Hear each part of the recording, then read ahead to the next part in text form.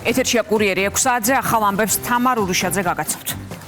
საქართველოს პრეზიდენტის პირველი ოფიციალური ვიზიტი სერბეთში, ქვეყნის პირველი პირის და ეროვნული კრების თავმჯდომარის შემდეგ რამდენიმე წუთის წინ დასრულდა მიხეილ ყაველაშვილის შეხვედრა სერბეთის პრემიერთან. მხარეებმა იმსჯელეს ორმხრივ ურთიერთობებზე, თანამშრომლობის გაღრმავებაზე, მეგობარი ჯგუფის შექმნასა და მსოფლიოში არსებულ გამოწვევებზე. მანამდე საქართველოს პრეზიდენტს ალექსანდრ ვუჩიჩმა უმასპინძლა ორმხრივ და გაფართოებულ ფორმატში გამართული შეხვედრის შემდეგ გაიმართა ერთობლივი პრესკონფერენცია. ბელგრადს და ლევან ფანცხავას ჩართვათ ახლა პირდაპირ ეთერში ვიზიტ საშუქებს გისმენთ ლევან. დიახ, ვიდრე იმ მთავარ საკითხებზე ვისაუბრებთ, რაზეც აქცენტები გაკეთდა შეხვედრების დასრულების შემდეგ პრეზიდენტების მხრიდან, გეტყვით, რომ ცოტა ხნის წინ მიხეილ ყაველაშვილი შეხვდა ეროვნული კრების თავმჯდომარეს, ასევე სერბეთის პრემიერ-მინისტრს და ამ შემთხვევაშიც მთავარი განსახილველი საკითხები ქვეყნებს შორის ურთიერთობების გაღრმავება იყო.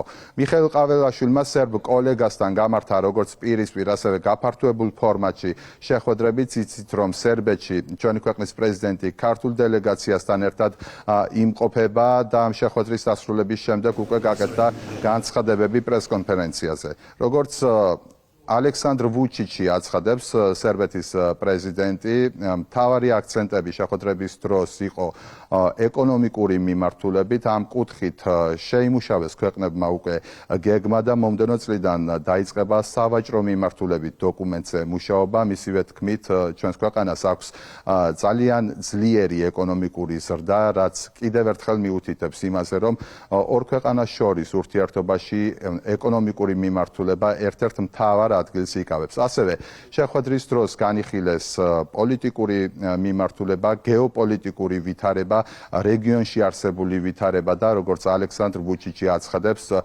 საქართველოს მოახერხა, რომ შეენარჩუნებინა მშვიდობა და ამ ფონზე შეენარჩუნებინა ასევე მაღალი ეკონომიკური ზრდა. სერბეთის პრეზიდენტი ამბობს, რომ ბოლო წლებში არაერთი რეფორმა გატარდა, რამაც კიდევ უფრო დაახლოვა ქვეყნებს შორის კავშირები სხვადასხვა მიმართულებით, როგორც არის არა მხოლოდ პოლიტიკა, არამედ ის საუბრობს ეკონომიკური კუთხითაც და განათლების მიმართულებითაც.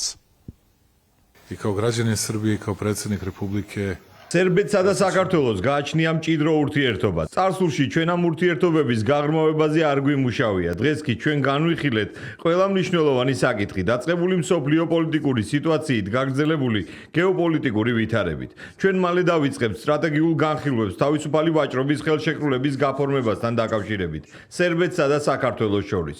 საქართველო გადის შავ ზღვაზე, რომელსაც საზღვარი აქვს რუსეთთან, თურქეთთან, აზერბაიჯანთან, სომხეთთან. მარტივად რომ ვთქვათ, საქართველო მნიშვნელოვანესი ადგილია მსოფლიოში. ჩვენ ვიცით, რას ნიშნავს ურთიერთობები დიდ სახელმწიფოებთან. ჩვენ განვიცდით იმავეს და გვესმის საქართველოს პოზიცია. მსოფლიოს მასშტაბით საქართველოს სხვადასხვა ორგანიზაციებში შეუძლია ჰქონდეს სერბეთის მხარდაჭერის იმედი და პირიქით, საქართველოს იმედი შეუძლია სერბეთს ჰქონდეს. მინდა მადლობა გადაუხადო პრეზიდენტ მიხეილ ყაველაშვილს და პრემიერ-მინისტრ ირაკლი კობახიძეს. მათ ქვეყანას აქვს უზარმაზარი ზრდის მაჩვენებელი. თქვენ შეგიძლიათ ნახოთ დემონსტრაციების, აქციების ფოტოები, მაგრამ საქართველოს განსაკუთრებით წარმატებულია. ზოგჯერ ამ სურათებმა შეიძლება ხალხს უბიძგოს პროტესტისკენ, მაგრამ ქვეყანას აქვს 9.4%-იანი ზრდა. ევროპაში მაჩვენეთ ქვეყანა, რომელსაც ასეთი ეკონომიკური ზრდა აქვს. მინდა მივლოცო საქართველოს, ქართველ ხალხს, ქართულ სახელმწიფოს ასეთი საოცარი შედეგები. თქვენ იქნებით სამაგალითო მოდელი რეგიონში მომავალი წლისთვის. ეს არის პირველი შემთხვევა, როდესაც ჩვენი ქვეყნის პრეზიდენტი სერბეთში ჩამოვიდა ქართულ დელეგაციასთან ერთად. მიხეილ ყაველაშვილმა შეხვედრების დასრულების შემდეგ მედიასთან განაცხადა, რომ ქვეყნებს შორის არსებობს ღირებულებების თანხმედრა, რაც გადამწყვეტია ორ ქვეყანას შორის ურთიერთობებში. პრეზიდენტი ასევე აქცენტს აკეთებს ეკონომიკური და პოლიტიკური მიმართულებით და ამბობს, რომ მომდევნო წლებში ორ ქვეყანას შორის ურთიერთობა კიდევ უფრო გაღრმავდება და ახალ ეტაპზე გადავა. რუსეთ-უკრაინის ომის დაწყების შემდეგ საკმაოდ ძლიერ ზეწოლას გაუძელით იყო შემოტევა იმასთან დაკავშირებით, რომ საქართველოს ჩართულიყო ამ პროცესებში, ჩვენ დავიცავით ჩვენი ეროვნული ინტერესი, ჩვენი პრინციპები, ჩვენ საკმაოდ დიდი გამოცდილება გვაქვს საომარ ვითარებასთან, ჩვენ ჩრდილოეთ მეზობელთან დაკავშირებით და ამ პროცესში ჩვენ დავიკავეთ საკმაოდ პრინციპული პოზიცია, რომელიც პრინციპში დღეს ყველაზე მნიშვნელოვანია ყველა ქვეყნისთვის, ვისთვისაც მშვიდობას ძალიან დიდი ფასი აქვს ამ გამოწვევების ფონზე და დარწმუნებული ვარ, რომ ამ ინიციატივას, რომელსაც ჩვენ მუდმივად მყარად ვიცავდით, უფრო მეტი ქვეყანა შეუერთდება და მშვიდობა დაისაკუთრებს სოფლიოში. ამას ძალიან დიდი მნიშვნელობა აქვს ჩვენი რეგიონისთვის, როგორც მოგეხსენება, ჩვენ რეგიონში იყო დაძაბული სიტუაცია, საომარი ვითარებები სომხეთს და აზერბაიჯანს შორის და ესეც დასასრულს მიუახლოვდა. სამხრეთ კავკასია ერთ-ერთი საკვანძო რეგიონი არის აღმოსავლეთს და დასავლეთს შორის. აუცილებლად მნიშვნელოვანია ვიცოდეთ და სერბებსაც ძალიან დიდი შესაძლებლობები გაუჩნდებათ ამ დერეფანთან დაკავშირებით. ჩვენ ბალკანეთის ქვეყნებთან შავი ზღვის საშუალებით გვექნება უფრო მჭიდრო ურთიერთობა. ეს ორმხრივი ურთიერთობები მოგცემს იმის შესაძლებლობას, რომ უფრო მეტი საკითხები იყოს წარმოდგენილი ჩვენს დღის წესრიგში. პრესკონფერენციის დროს აქცენტები გაკეთდა ევროკავშირთან ურთიერთობის მიმართულებითაც. მიხეილ ყაველაშვილმა განაცხადა, რომ სურვილი გავხდეთ ევროკავშირის წევრები ემყარება იმ ღირებულებებს, რომლებიც საუკუნეების მანძილზე ჩამოყალიბდა ევროპაში. თქვენ იცით, რომ სერბეთი, ისევე როგორც ჩვენი ქვეყანა, არის კანდიდატი ქვეყანა და აქედან გამომდინარე ქართული დელეგაციის წევრებმაც, ისევე როგორც პრეზიდენტმა აღნიშნა, რომ სერბეთის გამოცდილება ევროინტეგრაციის გზაზე ჩვენი ქვეყნისთვის არის საინტერესო. არსებული ურთიერთობა საქართველოსა და ევროკავშირის შორის დღეს არის არც თუ ისე სახარბიელო, რადგანაც ჩვენ თვლით, რომ ის პირდაპირ ვიქნები, ის დამოკიდებულება, რომელიც ევრობიუროკრატიის ხელმძღვანელებს ხშირად აქვს ჩვენს ქვეყანასთან, არის უსამართლო, ხშირად არის ორმაგი სტანდარტი, ეს არ არის სიახლე ჩვენი მეგობარი ქვეყნისთვის, სერბეთისთვის. ჩვენ ვართ მშვიდობიანი ქვეყანა. თვი არ გავა, რომ საერთაშორისო რეიტინგებში საქართველო არ ფიგურირებდეს განვითარების კუთხით. ჩვენ იმედი გვაქვს, რომ ევრობიუროკრატია იქნება სამართლიანი შთამომავალი იმ ევროპის, რომლის ნაწილიც ჩვენც და სერბი ხალხიც არის, იმიტომ რომ ევროპა არის ყველა ქვეყნისთვის მიმზიდველი მხარე, მისი ისტორია იძლევა იმის შესაძლებლობას და წარმოდგენას, რომ განსხვავებული დამოკიდებულება უნდა იყოს და ჩვენი სურვილი, რომ გავხდეთ ევროკავშირის წევრები, პირველ რიგში ემყარება სწორედ იმ სამართლიან პრინციპს, იმ ღირებულებებს, რომელიც საუკუნეების მანძილზე ჩამოყალიბდა ევროპაში. ამიტომ იმეც ვიქონიებთ, რომ ეს ყველაფერი შეიცვლება ამ მიმართულებით და იმ ფუნდამენტურ ღირებულებებს დაიბრუნებს ევროპა, ევროპელი ხალხი და ისევ გახდება ძლიერი და მიმზიდველი რეგიონი. ამიტომ ჩვენ მზათა ვართ ყოველთვის, რომ ვითანამშრომლოთ. დიალოგი არის ერთ-ერთი ყველაზე მნიშვნელოვანი საკითხი, რომელიც უნდა წარმოვებდეს ევროკავშირთან, რომლისთვისაც ყოველთვის მზათა ვართ. ეს არის პირველი შემთხვევა, როდესაც ჩვენი ქვეყნის პრეზიდენტი სერბეთში ჩამოდის და პოლიტიკურ საკითხებს განიხილავს მთავრობის წარმომადგენლებთან ერთად. მიხეილ ყაველაშვილის ოფიციალური ვიზიტი სერბეთის დედაქალაქ ბელგრადში ხვალ დასრულდება. მადლობა ლევან ფანცხავა საუბრობდა ბელგრადიდან. სერბეთის სასახლეში გაიმართა მიხეილ ყაველაშვილის დახვედრის ოფიციალური ცერემონია. საქართველოს პრეზიდენტს ალექსანდრ ვუჩიჩი დახვდა. შესრულდა ორი ქვეყნის სახელმწიფო ჰიმნები. პროტოკოლით გათვალისწინებული საზეიმო ცერემონიის დასასრულს, რომელშიც სახელმწიფო ორკესტრი მონაწილეობდა, პრეზიდენტები დელეგაციის წევრებს მიესალმნენ. პრეზიდენტი ბელგრადში მეუღლესთან და დელეგაციასთან ერთად იმყოფება.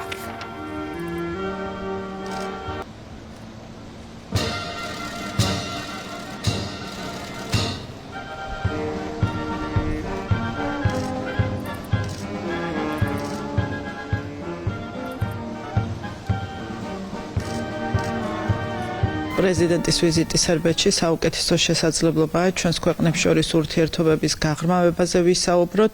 დღის წესრიგში ძალიან ბევრი მნიშვნელოვანი საკითხი გვაქვს. ჩვენ უახლოეს მომავალში ვიწყებთ საუბარს თავისუფალი ვაჭრობის შეთანხმებაზე. იმედი გვაქვს, რომ მომავალ წელს შესაძლებელი იქნება უკვე შეთანხმების ხელმოწერა. რა თქმა უნდა, მაღალი დონის პოლიტიკური დიალოგი ასევე შესაძლებლობას იძლევა გავაძლიეროთ კავშირები ბიზნესებს შორის, საზოგადოებას შორის. თანხმედრა გამოწვევით სავსე მსოფლიოში საქართველოსა და სერბეთს შორის კიდევ უფრო აღრმავებს ურთიერთობებს. ჩვენ საუბარი ქონდა და პრეზიდენტებს ქონდათ განცხადებები იმასთან დაკავშირებით, რომ საქართველოსა და სერბეთს შორის უნდა იყოს თავისუფალი სავაჭრო ხელშეკრულება, რომელიც მისცემს საშუალებას ამ ორ ქვეყანას, რომ კიდევ უფრო მოხდეს დაახლოება. როგორც პოლიტიკური თვალსაზრისით, ასევე უკვე ამ ხელშეკრულების გაფორმების შემდგომ ეკონომიკური თვალსაზრისით. სერბეთში საქართველოს საგარეო საქმეთა მინისტრიც მაკა ბოჭორიშვილმა შეხვედრა გამართა მის სერბ კოლეგასთან. მინისტრებმა ურთიერთობების დღის წესრიგი და დიალოგის გაღრმავების შესაძლებლობები განიხილეს. საუბარი შეეხო თავისუფალი ვაჭრობის შეთანხმების გაფორმების პერსპექტივებს, ასევე საინვესტიციო პროექტებს. მხარეებმა დაადასტურეს მხარდაჭერა ორი ქვეყნის სუვერენიტეტისა და ტერიტორიული მთლიანობისადმი. ხაზი გაუსვეს ევროინტეგრაციის გზაზე არსებულ გამოწვევებს და მუშაობის აუცილებლობას. ფაქტების ნაცვლად ტყუილი და გამოგონილი ბრალდებები მორიგი თავდასხმისთვის ასე აფასებენ მმართველ გუნდში ევროპარლამენტში საქართველოს შესახებ დებატებზე გაჟღერებულ ბრალდებებს. ევროდეპუტატების ნაწილმა სიტყვით გამოსვლის დროს ისაუბრა BBC-ს ეგრეთ წოდებულ საგამოძიებო მასალაზე და კამიტის გამოყენებაზე. მმართველ გუნდში აცხადებენ, რომ ყოველგვარი არგუმენტების გარეშე დეზინფორმაციის გავრცელება და ამის პოლიტიკური ტრიბუნიდან გახმოვანება მათთვის მოულოდნელობა არ ყოფილა, რადგან ჯერ კიდევ 2 კვირის წინ პრემიერიც საუბრობდა, რომ ევროკავშირი BBC-ს ტყუილის გამოყენებას აუცილებლად შეეცდებოდა. მინდა თქვენი ყურადღება BBC-ს ბოლოდროინდელ გამოძიებაზე გავამახვილო, რომელშიც ვლინდება, რომ 2024 წელს საპროტესტო აქციების ჩასახშობად პირველი მსოფლიო ომის დროინდელი ქიმიური ნივთიერება გამოიყენეს. ქიმიკატები წყლის ჭაულში იყო შერეული. ეს უნდა გამოიძიონ და გამოაშკარავდეს. მოუწოდებ კომისიას და საბჭოს რეაგირება მოახდინონ საერთაშორისო დამოუკიდებელი გამოძიების დასაწყებად. წარმოიდგინეთ ნივთიერება, რომელიც სუნთქვის უნარს გართმევთ, კანს გწვავთ, ხველასა და ღებინებას იწვევს და არა მხოლოდ რამდენიმე წუთით ან საათით, არამედ დღეებისა და კვირების განმავლობაში. ეს არის პირველი მსოფლიო ომის დროინდელი ქიმიური იარაღის კამიტის შედეგები. დღეს ჩვენ დამოუკიდებელ ცნობებს ვკითხულობთ, რომლის მიხედვითაც სავარაუდოდ მისი ევროპაში გამოყენება კვლავ მოხდა. ამ ცნობების თანახმად საქართველოს ხელისუფლებამ იგი წყლის ჭაულში შეურია და გამოიყენა არა დამპყრობელი არმიის, არამედ საკუთარი მოქალაქეების წინააღმდეგ. ეს ხო კიდევ ერთხელ ჩვენება თუ რას ნიშნავს ჩავარდნილი ჰიბრიდული თავდასხმა საქართველოს და ვფიქრობ აქ ძალიან ადვილი დასანახია პარალელები 4 ოქტომბრის მცდელობასთან ხელისუფლების დამხობის, რომელსაც ასევე ქონდა მხარდაჭერა ბრიუსელიდან, სცენარი არსებობდა, ტექსტები დარიგებული ქონდათ და უნდა გამოექვეყნებინათ, მიყვნენ ამ განრიგს, გამოაქვეყნეს ეს ყველაფერი, თუმცა აცდენილი იყო უკვე თბილისში არსებულ რეალობასთან, ვინაიდან ის დამხობის მცდელობა, რომელიც მხარდაჭერილი იყო ბრიუსელის მხრიდან, ჩავარდა. იგივე მოხდა გუშინ. და სწორედ ამაზე საუბრობდა პრემიერ-მინისტრი, რომელმაც თქვა, რომ BBC-ს ცრუ რეპორტაჟი იყო ნაწილი იმ ჰიბრიდული თავდასხმისა, რომელსაც შემდეგ უნდა მოყოლოდა ამგვარი რეაქციები, თუმცა ერთი რამე ვერ გათვალეს. მათ იფიქრეს, რომ BBC-ს რეპორტაჟზე იქნებოდა უბრალოდ რაღაც სიტყვიერი საუბარი და სიამოვნებაში გამოძიება არ ჩატარდებოდა. თუმცა ეს ტექსტები წინასწარ დაწერილი აცდა კვლავ რეალობას, არაადეკვატური იყო ამიტომაც, ვინაიდან ჩატარდა გამოძიება, ყველაფერი გამჭვირვალედ გაკეთდა, ყველა კითხვას პასუხი გაეცა, მათ შორის პრემიერ-მინისტრმა თქვა, თუ კი რომელიმე რელევანტურ საერთაშორისო ინსტიტუციას აქვს რაიმე კითხვა, აგერ არის ხელისუფლება, აგერ არიან სამართალდამცავი ორგანოები, მზარდ ვართ ნებისმიერი ინფორმაციაში ჩავახედოთ, ვაჩვენოთ და განვმარტოთ. ეს იყო წინასწარ დადგმული სცენარი, რომლის ერთ-ერთი საცეცი იყო BBC, რომელიც ხედავთ, რომ აბსოლუტურად დაინგრია საკუთარი რეპუტაცია და იქცა ჩვეულებრივი პროპაგანდის იარაღად სხვა ქვეყნებზე ჰიბრიდული თავდასხმისა. გამოდიან კიდე საუბრობენ პირველი მსოფლიო ომის ქიმიურ იარაღზე, რომელიც, ვიცი, უკვე ყველა სასაცილოდ აქვს, ყველას ოპოზიციასაც, უმრავლესობასაც, იმასაც, ამასაც თუთიყუშიც კი იცინის უკვე ამაზე ამ ცრუ ნარატივზე. ვიდეს დაგაჯერეს, რომ კამიტის ზღაპრის უკან პოლიტიკური ინტერესი არ იმალებოდა უკვე დროა, ცოტათი უფრო კრიტიკული აზროვნება დაიწყოთ, წერს ლევან მაჭავარიანი. ფრაქცია ქართული ოცნების თავმჯდომარის მოადგილე სოციალურ ქსელში აზიარებს ვიდეო კოლაჟს, სადაც მმართველი გუნდის ლიდერები სწორედ ამ თემაზე საუბრობენ. რამდენიმე კვირის წინ, ზუსტად 3 დეკემბერს, საქართველოს პრემიერ-მინისტრმა თქვა, გააფრთხილა საზოგადოება ჩვენი, რომ BBC-მ ეს გააკეთა სიყალბე ჩაიდინა იმისთვის, რომ ამას მოჰყვეს რაღაცა ტიპის ქმედებები, ან ეუთოს მინისტერიალზე, ან ევროკავშირში და დღეს ეს ახდა. BBC-მ გავრცელა ძვირ ინფორმაცია მასთან დაკავშირებით, რომ თითქოს მიტინგის დაშლისას შინაგან საქმეთა სამინისტრომ პირველი მსოფლიო ომის დროინდელი აღსანიშნავი ნივთიერება კამიტი გამოიყენა. ახლოვდება ეუთოს მინისტერიალი და ევროკომისიის მორგის შეკრება, რომელთა დოკუმენტებში არაფორმალური მმართველები BBC-ს მიერ გავრცელებული ყალბი ინფორმაციის ციტირებას შეესწებიან. პარლამენტის თავმჯდომარე სოციალურ ქსელში ეხმაურება ევროკავშირის საბჭოს ანგარიშს, რომელშიც საქართველოს მიმართ ისმის მოწოდება, რომ ქვეყანა გააძლიერებს ძალისხმევას ევროკავშირის პოლიტიკასთან თანხვედრით რუსეთისა და ბელორუსის წინააღმდეგ შემზღუდავ ზომებთან დაკავშირებით. სპიკერი წერს, ისმით საქართველოსგან რუსეთის წინააღმდეგ ევროკავშირის შემზღუდავ ზომებთან სრულ შესაბამისობას ითხოვს რუსეთისთვის სანქციების დაწესებას. ისმით საქართველოსგან რუსეთისთვის სანქციების დაწესებას ითხოვს, გვიბიძგებს რუსეთთან ესკალაციისკენ. ისმით რუსეთთან ესკალაციისკენ გვიბიძგებს გვწირავს ახალი ომისთვის, აცხადებს შალვა პაპუაშვილი.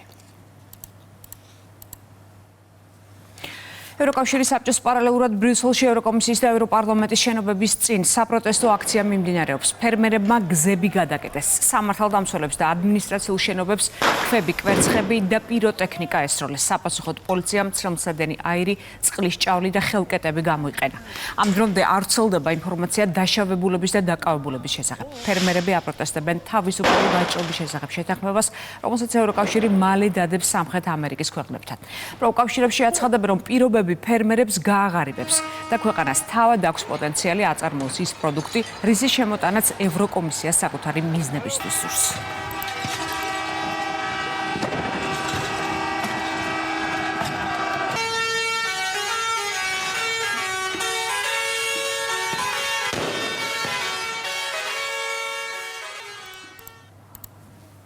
უკრაინის ნატოში გაწევრიანების შანსი 0 სტოლფასი იყო, აცხადებს ბორის ჯონსონი. გაერთიანებული სამეფოს ყოფილი პრემიერი ამბობს, რომ 2016-დან 22 წლამდე ნატოს ყველა მნიშვნელოვან შეხვედრას ესწრებოდა, რომლებზეც საფრანგეთი, გერმანია და ამერიკა ყველა მსგავს შეთავაზებას ვეტოს ადებდა. მისივე თქმით, ნატოს წევრ მსხვილ ქვეყნებს უკრაინის გაწევრიანების სურვილი არ ჰქონდათ. უკრაინის მიმართ უპასუხისმგებლობაზე საუბრობენ მმართველ გუნდში. საპარლამენტო უმრავლესობაში აცხადებენ, რომ ჯონსონმა, რომელმაც წინასწარვე იცოდა პოზიციები, უკრაინელი ხალხი გაწირა, პარალელები კეთდება საქართველოს მიმართ მიმდინარე შანტაჟზეც. 2016-დან 2022 წლამდე ნატოს ყველა მნიშვნელოვან შეხვედრას ვესწრებოდი. უკრაინას ნატოში გაწევრიანების მცირე შანსიც კი არ ჰქონია, იმიტომ რომ ყოველ მსგავს შეთავაზებას საფრანგეთი, გერმანია და ამერიკის შეერთებული შტატები ვეტოს ადებდა. გადახედეთ 2022 წლამდე არსებულ ვითარებას. ვაშინგტონსა და ნატოს სხვა მსხვილი ქვეყნების დედაქალაქებს უკრაინის გაწევრიანების სურვილი საერთოდ არ ჰქონდათ. უკრაინის ნატოში გაწევრიანების შანსი 0 სტოლფასი იყო. ეს ყველაფერი ამტკიცებს იმას, რომ ბორის ჯონსონმა ურცხვად მოატყვა ამხელა ქვეყანა, უკრაინა და უკრაინელი ხალხი გაწირა ამ ხოცვა ჟლეტისაგან. ეს ამტკიცებს ჩვენი ხელისუფლების სიმართლეს, რომ დღემდე ვუძლებთ ჩვენ გაუგონარ საერთაშორისო ზეწოლას და დღემდე მიმდინარეობს საქართველოზე უსირცხვილო შანტაჟი სხვადასხვა ევროინტეგრაციის თუ ვიზა ლიბერალიზაციის თუ სხვადასხვა იარაღების გამოყენებით, რომელიც აქვე მინდა აღვნიშნო, რომ უკვე ასე ვთქვათ მოცვდა ეს ინსტრუმენტები და სიმწვავე დაკარგა. ქვეყნის ღალატი და ფაქტის აღიარება ნაციონალური მოძრაობის მხრიდან. ასე აფასებს მმართველი გუნდი ანა წითლიძის განცხადებას, რომელმაც ღამის კურიერის ეთერში თქვა, რომ 2008 წელს ევროსაბჭოს რეზოლუცია, რომელსაც ნაციონალურმა მოძრაობამ ხელი მოაწერა, საქართველოსთვის მნიშვნელოვანი დოკუმენტი იყო. რეზოლუცია აგვისტოს ომიდან 2 თვის შემდეგ დამტკიცდა. მმართველ გუნდში ნაციონალური მოძრაობის მოღალატეობრივ პოზიციაზე საუბრობენ და აცხადებენ, რომ პარტიას 2008 წელს ხელი აქვს მოწერილი რეზოლუციაზე, რომელშიც ეწერა, რომ ომი საქართველომ დაიწყო.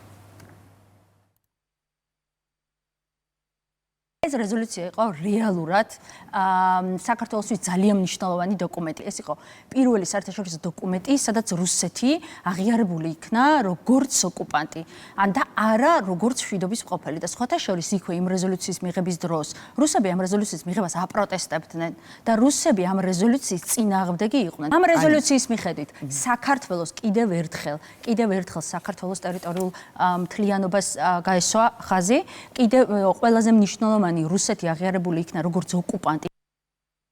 ჩვენ კიდე ბევრ პარალელს დავინახავთ 2008 წელსა და აი ახლა იმ სამშვიდობო მოლაპარაკებებზე, რომელიც უკრაინასთან დაკავშირებით მიმდინარეობს. ეს არის შეიყვანეს ამ ომში და შემდეგ თვითონვე მოაწერინეს ხელი იმაზე, რომ ომი თავად დაიწყეს. აი ეს არის ვასალების ბედი. ეს არის მათი ბედი, ვინც მარიონეტები არიან. როდესაც მარიონეტულ ომში ერთვები და ხდები სხვისი მარიონეტი, ჯერ შენივე ხელით გაგაფუჭებინებენ საქმეს და შემდეგ შენივე ხელით მოგაწერინებენ ხელს იმაზე, რომ ეს გაფუჭებული საქმე შენი გაკეთებული არის. აი ეს არის ის განაჩენი, რომელიც ყველა მარიონეტს საბოლოო ჯამში გამოუტავს ხოლმე ისტორია. ფაქტი ერთია, რომ ნაციონალმა მოძრაობამ თავისი მხარდაჭერით ამ რეზოლუციაზე აღიარა, რომ საომარ მოქმედებაში მისი ქმედებით გადავიდა ის კონფლიქტი, რომელიც წლების განმავლობაში არსებობდა. არასრულწლოვანზე ძალადობის ბრალდებით დაკავებულია ნაციონალური მოძრაობის წევრი დავით დიღმელაშვილი. კურიერის ინფორმაციით, მას საკუთარ დისშულზე ფიზიკურ ძალადობას ედავებიან. გამოძიების საფუძველი გახდა თბილისის ერთ-ერთი საჯარო სკოლის სოციალური მუშაკის შეტყობინება მოსწავლის მიმართ ბიძის მხრიდან განხორციელებული ძალადობის ფაქტზე. დავით დიღმელაშვილი ნაციონალური მოძრაობიდან საგარეჯო საკრებულოს წევრი იყო. ის არასრულწლოვნების საქმეთა მთავარი სამმართველოს თანამშრომლობა აიყვანეს. გამოძიება 126-ე მუხლით მიმდინარეობს.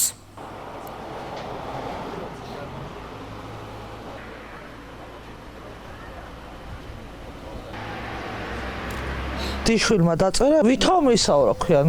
მე ჩხუბაო და ესაო და ძალადობა იყო. ხელის დარწმუდა რამე არა, არაფერი ეგეთი. просто აი ყვირილ და ჩხუბი. დაინახა მანქანები აქ და დავარდა და ეგრევე წავიდა იქ. მე ვთხარ და თუნ მიდიხარ მეთქი. აიღო და ისროლა, რავი, ქვა. აგინებდა.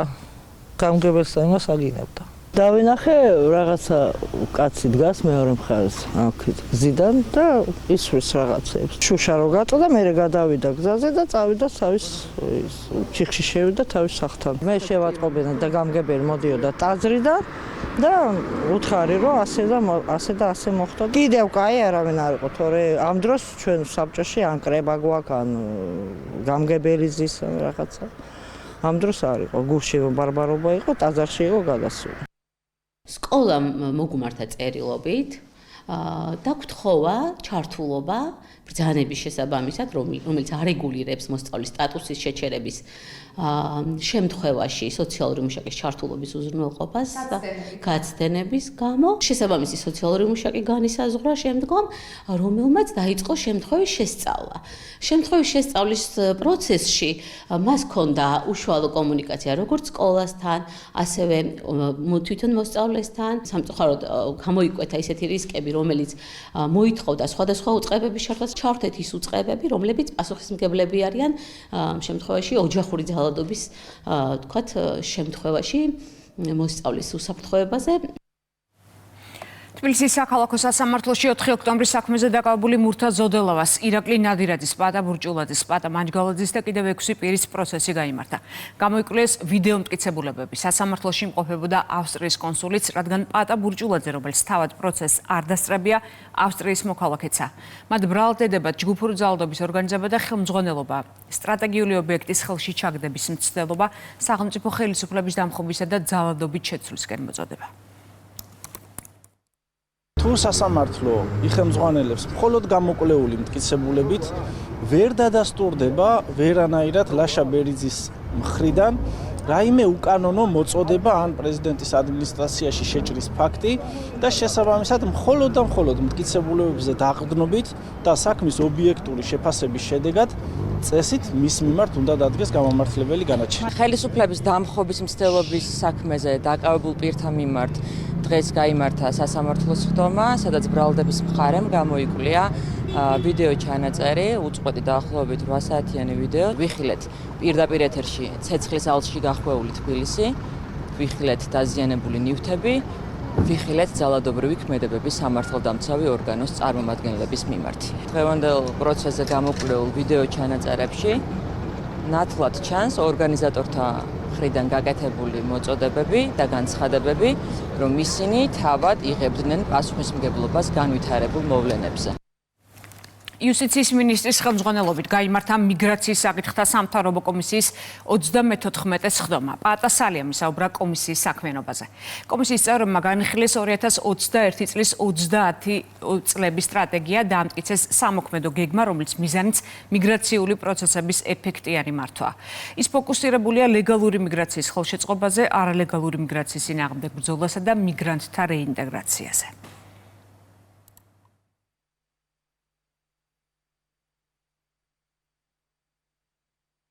დღესვე სხდომაზე დამტკიცდა 2026 წლის სამოქმედო გეგმა, რომელიც მრავალ მნიშვნელოვან სექტორულ მიმართულებას აერთიანებს, მიგრაციის სამთავრობო გეგმის შესრულებას კოორდინაციას უწევს სახელმწიფო სერვისების განვითარების სააგენტო, რომელიც წარმოადგენს სამთავრობო კომისიის სამდივნოს. ჯანმრთელობის დაცვის სამინისტრომ იუსტიციის სამინისტროსთან, სხვა უწყებებთან ძალიან მჭიდრო ურთიერთობაში და მუდმივ კონსულტაციებში და რა თქმა უნდა საქართველოს პარლამენტთან ურთიერთობების ჟამს მიიღო რამდენიმე მნიშვნელოვანი გადაწყვეტილება, რომელიც აისახა უკვე მიმდინარე კანონმდებლობაში ზოგადად ამ კომისიის მუშაობას და ამ კომისიის მიერ საქართველოს მთავრობისთვის წინააღმდეგობის შემუშავებას შემიძლია გითხრათ გადაუჭარბებლად ძალიან დიდი როლი ენიჭება ამ საკითხების დარეგულირებაში. Ქონდა საშუალება ინფორმაცია მიგვეწოდებინა კომისიის წევრებისთვის და დამსწრე საზოგადოებისთვის შინაგან საქმეთა სამინისტროს მიერ 2025 წლის განმავლობაში განხორციელებული ღონისძიებების შესახებ. ჩვენ წარმოადგენთ ანგარიში იმ ცვლილებებისა და დაგეგმილი ღონისძიების შესახებ, რაც ბოლო პერიოდში განხორციელდა. საკითხები შეეხებოდა როგორც საერთაშორისო დაცვის მიმართულებით საკანონმდებლო ცვლილებებს, ასევე უკანონო მიგრაციის წინააღმდეგ ბრძოლის მიმართულებით განხორციელებულ ღონისძიებებს. აფხაზეთის მთავრობის თავმჯდომარე დეპუტატების წინაშე მოხსენების წარსდგა გიორგი ჯინჭარაძეს კულტურის კომიტეტისა და ტერიტორიული მთლიანობის აღდგენის დროებითი კომისიის ერთობლივ სხდომაზე მოусმინეს. აქცენტი გაკეთდა ოკუპირებული აფხაზეთის ტერიტორიაზე კულტურული მემკვიდრეობის ძეგლების მდგომარეობაზე.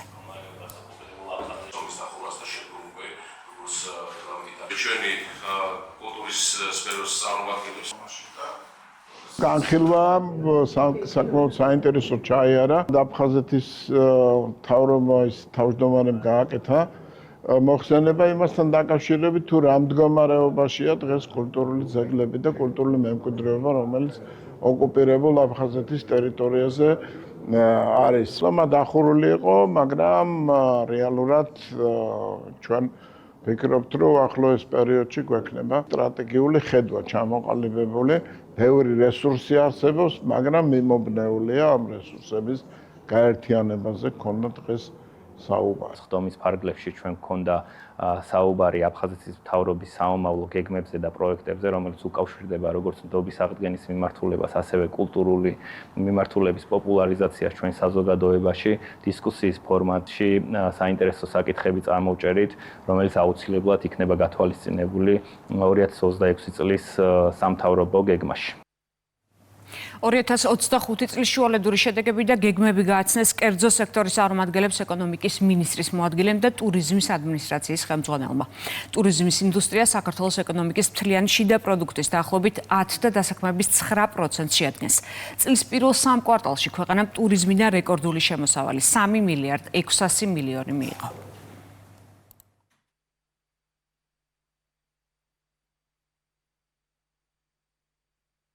ბოლო წლების განმავლობაში განსაკუთრებული, ასე ვთქვათ, პრიორიტეტია ის ღონისძიებები, რასაც საქართველოს მთავრობა, რასაც ეკონომიკის სამინისტრო, ტურიზმის ადმინისტრაცია, სხვა უწყებები ახორციელებენ ამ დარგის ხელშეწყობის და განვითარების თვალსაზრისით. მიმდინარე წელიც მთელი რიგი პარამეტრებით არის რეკორდული ტურიზმის ინდუსტრიაში, როგორც შემოსული ტურისტების და ვიზიტორების რაოდენობის თვალსაზრისით, ასევე შემოსავლების თვალსაზრისით. საუბარი შეეხო იმ აქტივობებს თუ წლის განმავლობაში რა ტიპის ღონისძიებები ღონისძიებები იყო ჩატარებული იმისათვის, რომ სწორედ იმ შედეგებზე გავსულიყავით, რა შედეგებითაც რეკორდული შედეგებითაც ჩვენ წელს ვასრულებთ. აღსანიშნავია ის ფაქტი, რომ 3 კვარტლის მონაცემებით ძალიან ბევრი მაღალი რეკორდული ციფრი გვაქვს, როგორც შემოსავლების თვალსაზრისით, ისე ტურისტული ვიზიტების თვალსაზრისით. ძალიან მნიშვნელოვანია, რომ თუკი ადრე ჩვენ ვითვლიდით ეგრეთ წოდებული ვიზიტორების რაოდენობას, დღეს უკვე გადავერთეთ უკვე ხარისხზე, არა მარტო რაოდენობაზე ტურისტების, არამედ ხარისხზე, რამდენად მხარჯველ უნარიანი ტურისტი შემოდის ქვეყანაში და ვნახეთ, რომ რეალურად რეკორდულ $4 მილიარდ გადააჭარბებს 25 წელს უკვე შემოსავლები. უყურებთ კურიერს 6 საათზე, რეკლამის შემდეგ პირდაპირ ეთერში ბრუნდებით. თბილისში ინკლუზიური საჭიროებების მქონე ბავშვების მშობლებისთვის ტრენინგი გაიმართა. ღონისძიება პარლამენტის განათლების კომიტეტის თავმჯდომარემ გახსნა. მარიამ ლაშხმა ისაუბრა სახელმწიფო პოლიტიკაზე, რომელიც განსაკუთრებული საჭიროებების მქონე ბავშვების ინტეგრაციის საკითხებზე ორიენტირებული.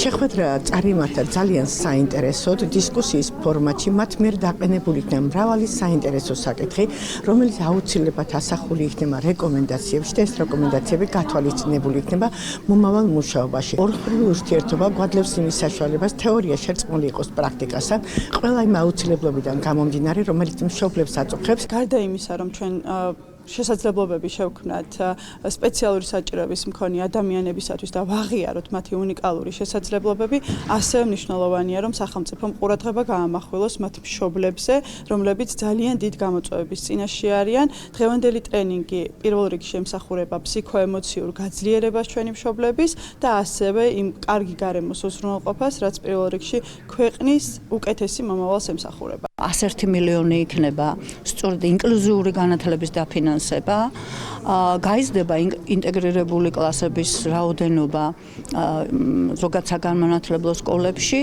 და რაც მთავარია, იგეგმება სწორედ აი მასწავლებლების კიდევ უფრო აქტიური გადამზადება იმისთვის, რომ პრაქტიკაში მათ განახორციელონ ყოველი ბავშვის ჩართვა საგანმანათლებლო პროცესში. დაჯილდოეს მწვანე და აგროსტიპენდიანტების პროგრამის გამარჯვებული სტუდენტები. პროგრამა უკვე მეოთხე წელია ტარდება. ახალგაზრდებს შესაძლებლობა აქვთ ჩაერთონ აქტივობებში, რომელიც კლიმატის ცვლილებასთან დაკავშირებულ გამოწვევებს ეხება. წელს სტიპენდია 72 სტუდენტს გადაეცა. მსგავსი სტიპენდია ჩვენთვის სტუდენტებისთვის ძალიან დიდი мотиваცია. ჩემთვის მნიშვნელოვანია ეკოლოგიის მიმართულებით განვითარება და მიხარია, რომ ამ პროექტში ვიღებ მონაწილეობას. სურთ ჩემი ცოდნა, რა თქმა უნდა, პრაქტიკაშიც გამოვიყენო და რეალური სასარგებლო ცვლილებების ნაწილიც გავხდე. მეოთხე წელია უკვე ჩვენ რაც იშვიათი პროფესიების ხელშეწყობის ღონისძიებების ფარგლებში უზრუნველყოფთ აგრო და გარემოსდაცვითი სტიპენდიებით დაჯილდოებას იმ ადამიანების, რომლებსაც ნამდვილად ძალიან დიდი წვლილი აქვთ, როგორც აგრარული და გარემოსდაცვითი განათლების გავრცელების, ასევე იმ სტუდენტებისა და დაინტერესებული პირების, რომლებმაც თავისი გარკვეული წვლილი უკვე შეიტანეს. საკუთრებით მნიშვნელოვანი არის, რომ იყვნენ კვალიფიციური კადრები თითოეულ მიმართულებაში, თითოეულ დარგში, განსაკუთრებულად მინდა აღვნიშნო, როგორც გარემოსდაცვის მიმართულებით, აგრეთვე აგრარული მიმართულებით არსებობს კვალიფიციური კადრები, რომლის წინაშე სამწუხარო ხდება გამოწვევის წინაშე, ზუსტად ამიტომ ის პროგრამები, რომელსაც ჩვენი სამინისტროს ფორმატში ვახორციელებთ, არის მნიშვნელოვანი, რათა ხელი შეუწყოს და წაახალისოს დეფიციტურ კადრებს, შესაძლებლობა ჰქონდეთ ახალგაზრდებს, რომ მაქსიმალურად წაახალისონ და მიიღონ მონაწილეობა, მიიღონ განათლება. დღის სხვა სიახლეებს გაიცანთ ჩვენ ვებგვერდზე, ახლა კი არ გადაერთოთ, რადგან წინ გელოდებათ სპორტის ახალი ამბები ვაშა დვალიშვილთან ერთად.